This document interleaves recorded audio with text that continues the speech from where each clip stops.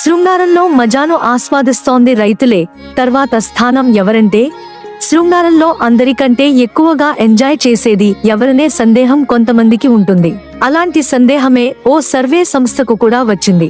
దీంతో యూకేలోని లేలో అనే సంస్థ శృంగార జీవితాలపై ఓ సర్వే నిర్వహించింది.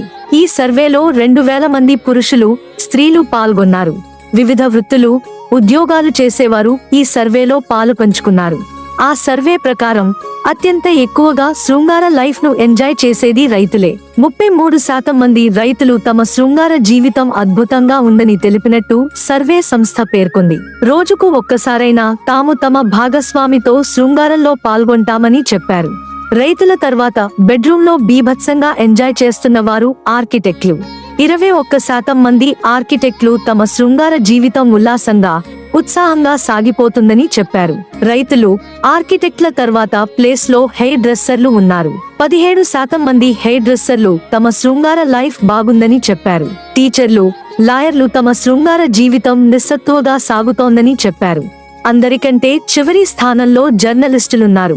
జర్నలిస్టులు నెలలో ఒక్కసారి కూడా తాము బెడ్రూమ్ సుఖాన్ని ఆస్వాదించడం లేదని చెప్పారు.